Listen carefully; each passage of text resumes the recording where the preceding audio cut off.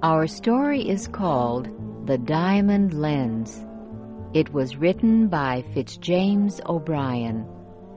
Today we will hear the second and final part of the story. Here is Morris Joyce with Part 2 of The Diamond Lens. When I was a child, someone gave me a microscope. I spent hours looking through that microscope, exploring nature's tiny secrets. As I grew up, I became more interested in my microscope than in people. When I was 20 years old, my parents sent me to New York City to study medicine. I never went to any of my classes. Instead, I spent all my time and a lot of my money trying to build the perfect microscope. I wanted to make a powerful lens that would let me see even the smallest parts of life. But all my experiments failed. Then, one day, I met a young man who lived in the apartment above mine. Jules Simon told me about a woman who could speak to the dead. When I visited Madame Volpe's, she let me speak to the spirit of the man who invented the microscope. The spirit of Anton Leeuwenhoek told me how to make a perfect lens from a diamond of 140 carats. But where could I find a diamond that big? When I returned home, I went to Simon's apartment. He was surprised to see me and tried to hide a small object in his pocket. I wanted to discover what it was, so I brought 2 bottles of wine to his apartment. We began to drink. By the time we had finished the first bottle, Simon was very drunk. "Simon, I know you have a secret. Why don't you tell me about it?" Something in my voice must have made him feel safe. He made me promise to keep his secret. Then he took a small box from his pocket. When he opened it, I saw a large diamond, shaped like a rose. A pure white light seemed to come from deep inside the diamond. Simon told me he had stolen the diamond from a man in South America. He said it weighed exactly 140 carats. Excitement shook my body. I could not believe my luck. On the same evening that the spirit of Leeuwenhoek tells me the secret of the perfect lens, I find the diamond I need to create it. I decided to steal Simon's treasure. I sat across the table from him as he drank another glass of wine. I knew I could not simply steal the diamond. Simon would call the police. There was only one way to get the diamond. I had to kill Simon. Everything I needed to murder Simon was right there in his apartment. A bottle full of sleeping powder was on a table near his bed. A long, thin knife lay on the table. Simon was so busy looking at his diamond that I was able to put the drug in his glass quite easily. He fell asleep in 15 minutes. I put his diamond in my pocket and carried Simon to the bed. I wanted to make the police think Simon had killed himself. I picked up Simon's long, thin knife and stared down at him. I tried to imagine exactly how the knife would enter Simon's heart if he were holding the knife himself.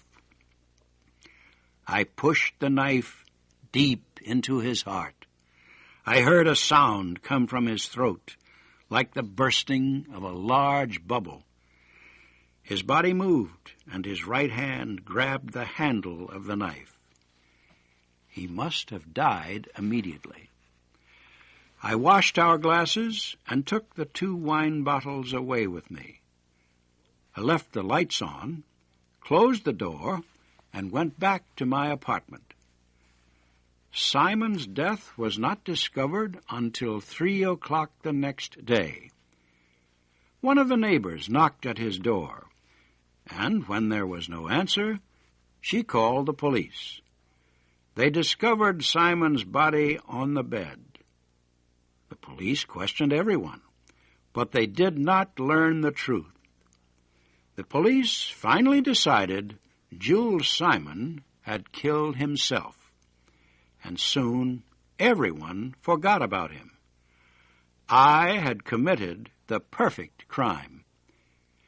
For 3 months after Simon's death, I worked day and night on my diamond lens. At last, the lens was done. My hands shook as I put a drop of water on a piece of glass. Carefully, I added some oil to the water to prevent it from drying. I turned on a strong light under the glass and looked through the diamond lens. For a moment, I saw nothing in that drop of water, and then I saw a pure white light. Carefully, I moved the lens of my microscope closer to the drop of water. Slowly, the white light began to change. It began to form shapes.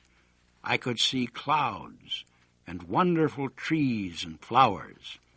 These plants were the most unusual colors, bright reds, greens, purples, as well as silver and gold. The branches of these trees moved slowly in a soft wind. Everywhere I looked, I could see fruits and flowers of 1,000 different colors. How strange, I thought, that this beautiful place has no animal life in it. Then I saw something moving slowly among the brightly colored trees and bushes. The branches of a purple and silver bush were gently pushed aside, and there, before my eye, stood the most beautiful woman I had ever seen. She was perfect. Pink skin, large blue eyes, and long golden hair that fell over her shoulders to her knees. She stepped away from the rainbow-colored trees.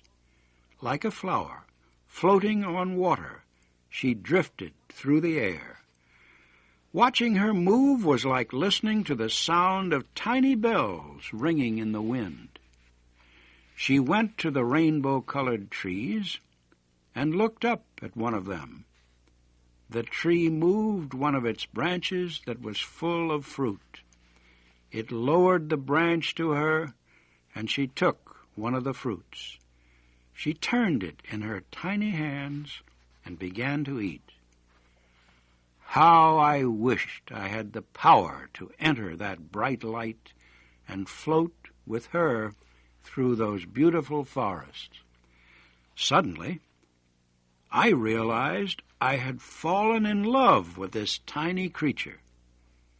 I loved someone who would never love me back, someone who was a prisoner in a drop of water. I ran out of the room, threw myself on my bed, and cried till I fell asleep. Day after day, I returned to my microscope to watch her. I never left my apartment. I rarely even ate or slept. One day, as usual, I went to my microscope, ready to watch my love. She was there, but a terrible change had taken place. Her face had become thin, and she could hardly walk. The wonderful light in her golden hair and blue eyes was gone. At that moment, I would have given my soul to become as small as she and enter her world to help her. What was causing her to be so sick? She seemed in great pain. I watched her for hours, helpless and alone with my breaking heart. She grew weaker and weaker. The forest also was changing. The trees were losing their wonderful colors.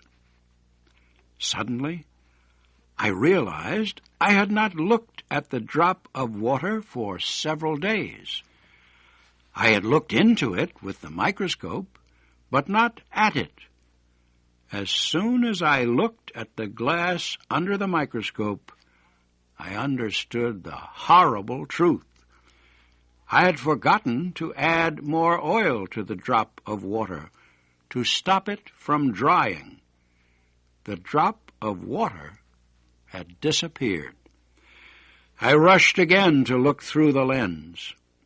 The rainbow forests were all gone.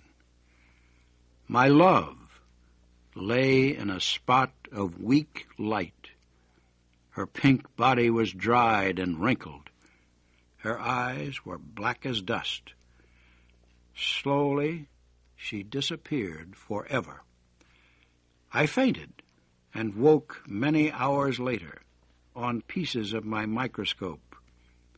I had fallen on it when I fainted. My mind was as broken as the diamond lens. I crawled to my bed and withdrew from the world. When I finally got better, months later, all my money was gone. People now say I am crazy. They call me Linley, the mad scientist. No one believes I spoke to the spirit of Leeuwenhoek. They laugh when I tell them how I killed Jules Simon and stole his diamond to make the perfect lens. They think I never saw that beautiful world in a drop of water. But I know the truth of the diamond lens, and now so do you.